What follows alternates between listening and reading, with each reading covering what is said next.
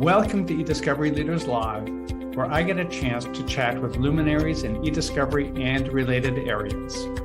This broadcast is sponsored by Reveal-Brainspace, the industry's leading AI eDiscovery platform. Don't forget to subscribe to watch me, George Socha, weekly with leaders in eDiscovery. Thank you for tuning in.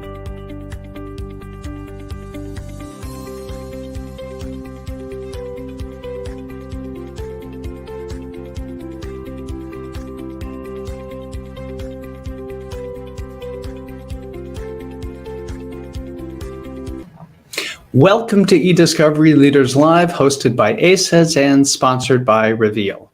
I am George Socha, Senior Vice President of Brand Awareness at Reveal. Each Friday morning at 11 a.m. Eastern, I host an episode of eDiscovery Leaders Live where I get the chance to chat with luminaries in eDiscovery and related areas. Past episodes are available on the Reveal website. Go to revealdata.com, select Resources, then select eDiscovery Leaders Live. I'm going to turn my camera off and then on quickly because I seem to be all blurred, and see if that makes any difference. Nope.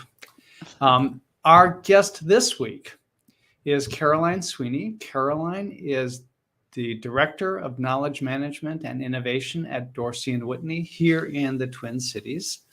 She is a member of the firm's Senior Information Services Management team with more than 25 years of experience in the litigation support industry, both in the law firm and service provider environments.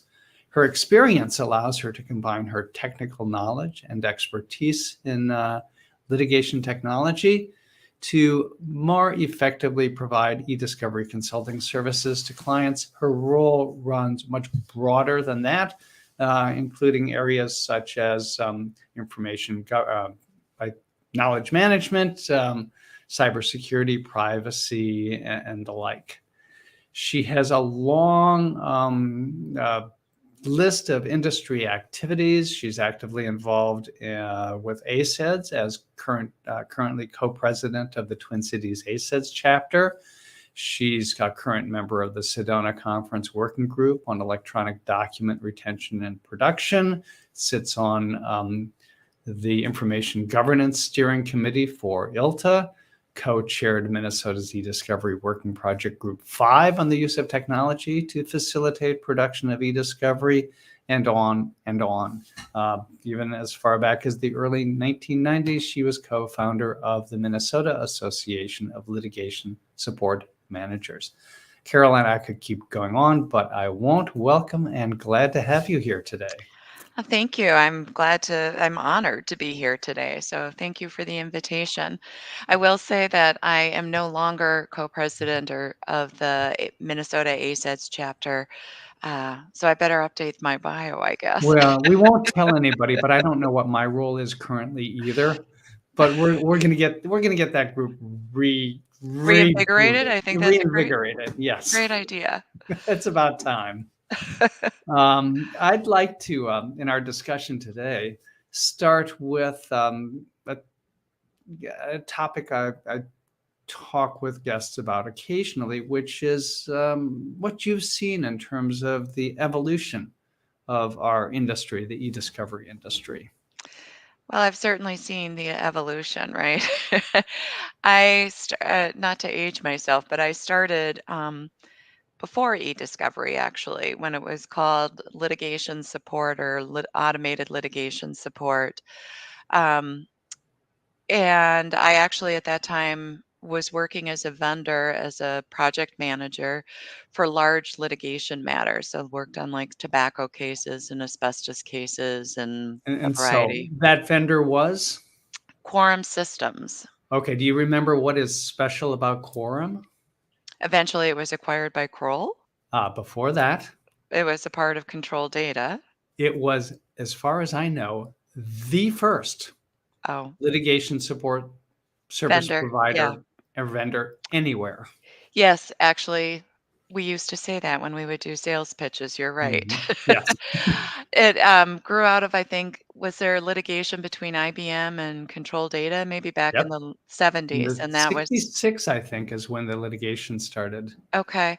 Yeah. Um, so yeah, so I was working at Quorum back in the, mid to late '80s doing automated litigation support, and it's kind of funny because, back then it was nothing was electronic really. It was all boxes of paper. And we Mhm. had teams of people that would fill out paper coding forms, not necessarily lawyers, but we would hire for, I think it was like $5 an hour for a coder and 5.75 for a check coder who did the quality control. And they would go through paper boxes of documents. They would do all of the coding. We would send those paper coding forms to an offshore vendor where they were keyed into a file that was then sent to, in our case at Quorum, we used a platform called Basis out of the Battelle Institute, and I believe in Cincinnati.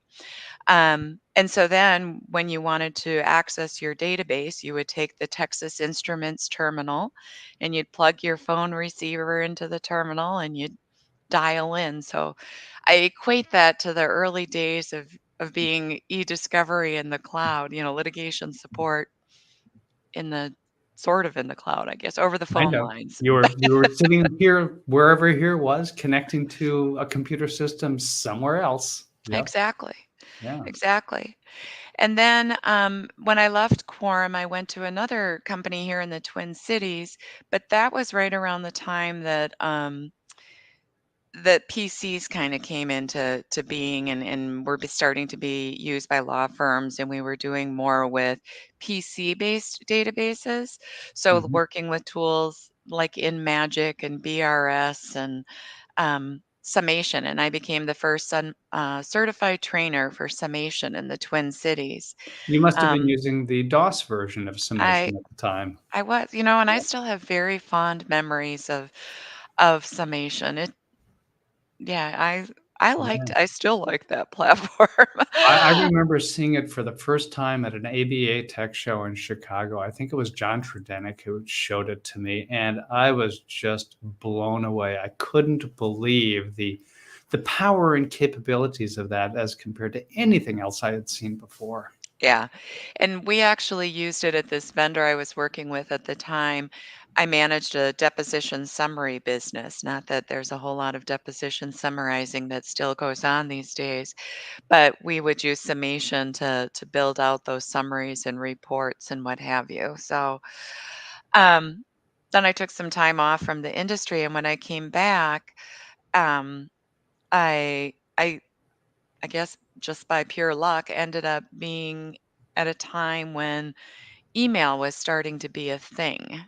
And in those days it was okay. We know there could be email, but let's not ask, and we don't want to do anything with producing email. And of course, um, And can you that even use it in court? And yeah, right. exactly. And so now, obviously, I've ridden that whole ride from from the introduction of e-discovery to where we are today, where it's become a much more um, sophisticated process, I think, than it was maybe way back then. But so that's kind of I've seen how the industry has evolved and changed and gone from paper, the Stone Age to the modern age, and gives me, I think, a good perspective. And I've certainly gained a lot of skills, whether it's project management or, technology and understanding of technology and how to apply technology. Um, Never a dull moment. To bring us up to speed, what does your role look like today? So today, about 14 years ago, um, and I've been back at Dorsey probably 20 years now. Um, we introduced an e-discovery managed service offering called Legal Mine, and we do managed review. So kind of the project management work I was doing back at Quorum in the day, right? Um, and and so I developed that offering, and now as that has kind of taken off and solidified within the firm and what have you, w- like I think many others, you've seen the application of that technology to other practice areas, um, and and so I work a lot now, not just with our advocacy group, which is like labor and employment and litigation and what have you, but also with the corporate side of the firm. Um, and and then a few years ago, the firm decided that they wanted to introduce we'd never had a formal knowledge management program. And everything that I had done in the e-discovery realm, where we were developing best practices and workflows and leveraging technology and project management and what have you, made me kind of I guess, a natural fit for evolving into this role. So now, in addition to the Legal Mind and e-discovery offering, I've got knowledge management and innovation. So um, again, a lot. I love what I do. There's a ton of variety, um, but there's a lot to do. Well, with so much to do, with so many things on your plate, what keeps you up at night? In the e-discovery realm, lately it has been, and this is because we've been facing challenges, the challenges around some of the new data forms and how the e-discovery technology is kind of catching up or playing catch up with how do we collect from these collaboration platforms that really took off during COVID. How do we handle things like modern attachments? And that has come up on many cases recently. And, that requires not only being aware of the technology options, being able to educate attorneys on those technology options, but also being aware of like the case law and what's happening in the courts around and things like Sedona and ACEDS and what have you. What are the best practices for collecting that data? Same with yeah, and I think that it's evolving just like text message handling has evolved, right? And text messages maybe 5 years ago were like email. 15 or 20 years ago, the don't ask, don't tell about email became don't ask, don't tell about text messages. Um, and now we probably see text messages. It's rare that we don't see text messages as a standard form of data on a matter. So I don't know if I've answered that question. I kind of looped around there a little bit, but So, uh, so changing data sources keeps you up at night, yeah, and the content coming out of collaboration systems in particular. yeah. And Um, we've been even recently we were working on a matter where not only are we pulling out the data, but then within the data are these different encoding for how how the platform handles different types of reactions. And so how mhm. do you translate that? Do you have to translate that information? What is the metadata that you need to provide? How do you present this in a format that's not just like single messages? And how do you unitize it and what have you? So, Lots of questions, and I think so far, not many answers, right? right. The technology, like I said, is in terms of how to process, how to make the family relationships like people are traditionally used to. Should we even be doing that, right? Making these Mhm. family relationships. How do you handle the versioning? All of that stuff is are things that we have to answer or come up with plans around when we're identifying and collecting from those sources. So, with this growing array of sources and types of sources and different file structures and the like within, and no doubt an ever increasing volume of data that you've got to work with, how do you make sense of all of that? And that's where things like data analytics or the analytics tools and available in different e-discovery platforms, I think are so important. We are big adopters, heavy users of the analytic tools in our platform. In fact, every month I do as part of, and this is, I guess, going back to my role, the e-discovery piece and the knowledge management piece. I do a lot of internal education. Like every year, new lawyers go through a full day of e-discovery training. Every month, we do different programs around e-discovery. We call it the Dorsey Discovery Boot Camp. Okay. And last month, we actually did one on analytics and using analytics from the start as part of your early data assessment program, right? Looking Mhm. through, look at the timelines? Do you have gaps in your data? Look at your domains. Look at your social networks. Where are people communicating directly with attorneys? Look at word clouds. Are there terms that seem unique to this population that you're not sure what they might mean or what they might lead to? Help use that technology to help you develop search terms if you're using search terms. And then we go into using analytics in the review aspect or the review phase of a project. And so we have certainly used traditional predictive coding when it's been like second requests, but standard operating procedure for us is to use continuous active learning in any document review. Um, So and by that's whether traditional uh, predictive coding, you mean what's often referred to as TAR1 with exactly. seed sets and the like. Yeah, And then active learning, you look at a few, make some decisions, the system recalibrates, feeds you up more. exactly. And we look at it as a prioritization tool. So we'll start with a statistically valid random sample of documents in our collection, review those, and then use that as kind of a training set for the CAL model, and then use CAL to continue to prioritize the most likely to be relevant documents throughout the process. And we use that, as I said, as kind of our standard operating procedure. And we've had demonstrated success with that. And then we also use the analytic tools when it comes to quality control, when we're preparing the production set and we're wanting to make sure that we're not inadvertently including, privileged content or that we have consistently redacted documents.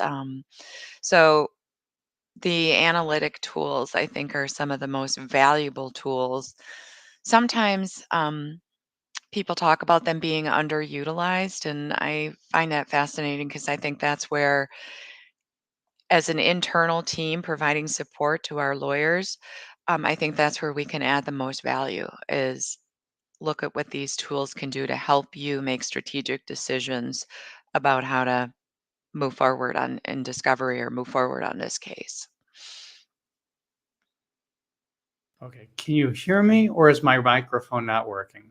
I can hear you now. Okay. The system keeps telling me it's lost my microphone, so I don't Uh, know what's going on today, but good.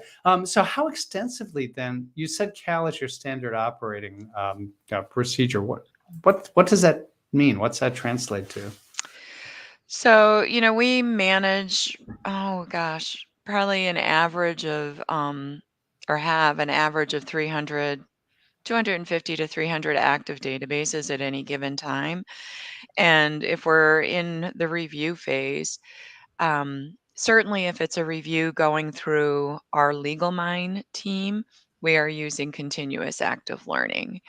Um, if it's a review where just maybe the attorneys or paralegals are handling the review, we encourage them to use the continuous active learning to facilitate their review process as well. Because we find it does, you're slower at first because you're looking at the most likely to be responsive, the densest documents.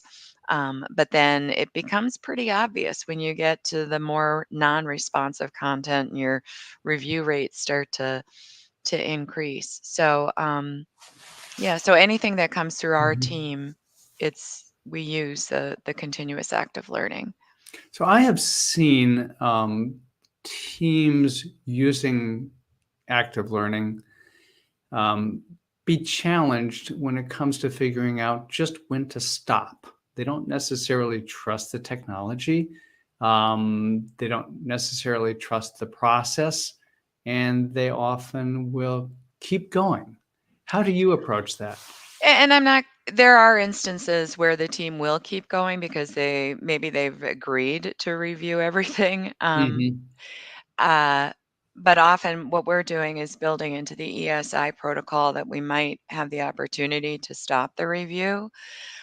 Once we reach that point, well, first of all, we have a sense of from the continuous active learning model, we'll have a sense of the platform expects you to, or the algorithm expects you to find between X and Y number of responsive documents in this platform.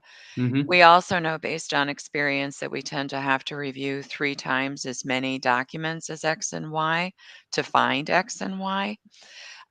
So we're keeping an eye on that, right? We're running that continuous active learning model typically hourly to just keep it informed.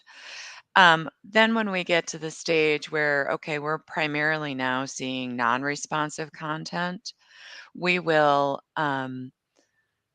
sample the remaining population and do some statistical sampling and kind of iterate on that until we're just not finding any more responsive content. I think one thing, though, to point out as well is that throughout the process, we are doing some quality control. So anytime the algorithm says, I think this document is responsive, and an attorney reviewer marks it as non-responsive, we'll escalate that document to um, the legal team to have them confirm who's right, the algorithm or the attorney. And it varies, right? Sometimes it's a given nuance of a case and the reviewer's right, and so we need to keep teaching the algorithm, and other times the reviewer needs to be educated. Um, so we'll do that. We'll also not just feed those conflict documents, but we will feed uh, a sampling of responsive and non-responsive content so the legal team can validate that they're comfortable with what the model is saying and what the reviewers are saying. And then, of course, anything that's flagged as key, we also escalate that to make sure we're on track there. But it's, I think a lot of times people hear, oh, predictive coding or continuous active learning or any of these analytic tools, it's like pressing an easy button. And I think that it's important to recognize it's not an easy button. It's an easier button. It Hmm. helps.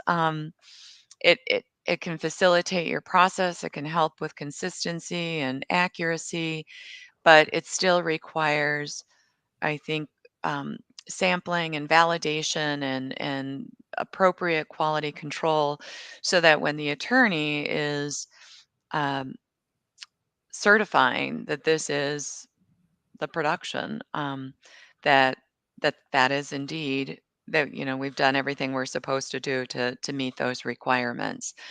And I will say that, yeah, initially there was, and this was several years ago when we first started doing this, there was some exactly what you're saying. Well, how do we know it's really accurate? And when when you go through that validation process, it starts to reinforce that the tool is accurate.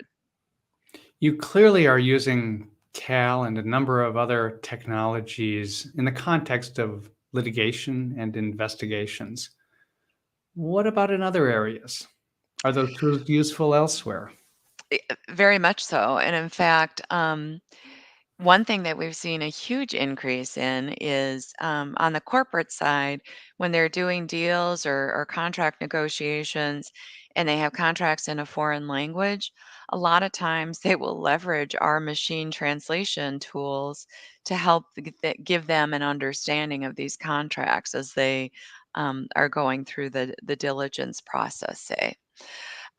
We are, we were using our e-discovery platform to do some work on when we would do due diligence reviews, like go through contracts and identify certain clauses and what have you. We've since brought in a specialized platform for that, but it is something that I am eager to see, um, To revisit? to revisit with some of the e-discovery vendors. And we're also using the tool. We recently had a situation where a client um, recognized on their information governance side that they had some holes in some of um, documentation that they should be retaining. And so they sent us email for some key custodians, and we used our platform and the analytic tools to identify different documents within the population. And I think we've identified something like 70% of the documents that they were trying to find to fill in gaps in their retention. So for people, for it's so important. That's the other part of the job that's I love. You really have to be educating people about your capabilities and what you can do and your success stories. And we send out a monthly or quarterly, I'm sorry, newsletter to people, to all of our partners. Hey, these are some of the different things that we're doing in Legal Mind, different ways that we're using the technology. And then when clients come to them and say, hey, we have this problem where we think email is where a lot of our key certain records exist and we need help finding that. Do you have something that can help us? Our attorneys can say, yeah, we do. And it's a way to add value, not just to clients, but within the firm. But from time to time, I will throw in a question at the end, for which I have not prepared anyone. Oh, great. Yes, and that's an easy one in a way, which is assume everything is possible. Assume no financial limitations, no technical limitations. Assume that if you want that the laws of physics do not apply. What would your ideal e-discovery platform look like? You don't have to describe the entire thing, just some of the things you'd love to be able to accomplish, even if there's no way any technology today can do that. Well, I think some of it is some of the basic things that we've talked about in terms of, how do you handle some of these evolving new data sources on the e-discovery side. But our e-discovery, obviously, we as a firm have decided to invest in e-discovery. We're not out using a bunch of different vendors. We've brought in a platform. We manage that platform. We've built a service offering around that platform. It's a significant investment for the firm. So what I want to do, and this kind of goes back to your earlier question as well, is how do we best leverage that investment so that we get the most bang for the buck out of it? And so when I was saying I would love to see the e-discovery platforms look at how can we handle contract analysis, right? And do things like identify the consent and notice clauses in contracts and be able to extract that information. Or how can we leverage that technology to help us identify privilege content beyond just looking at running privilege terms and looking at domains and identifying where are the communications with attorneys, but how can you use the artificial intelligence to say, yes, this is privilege? And we do a little bit of that with Cal, but privilege tends to be more nuanced and um, it requires, I think, more validation and what have you to confirm the privilege calls. But that's another area. Or looking for, and if you're responding to privacy data breach type of issues, looking for that kind of content in in the collection so that you can very easily focus on what your requirements are, say for notifying what was released in a potential breach or what have you. So yeah, it's how do we expand. You can't be all things to all people, but how do we really leverage the technology to really get the most bang for our buck out of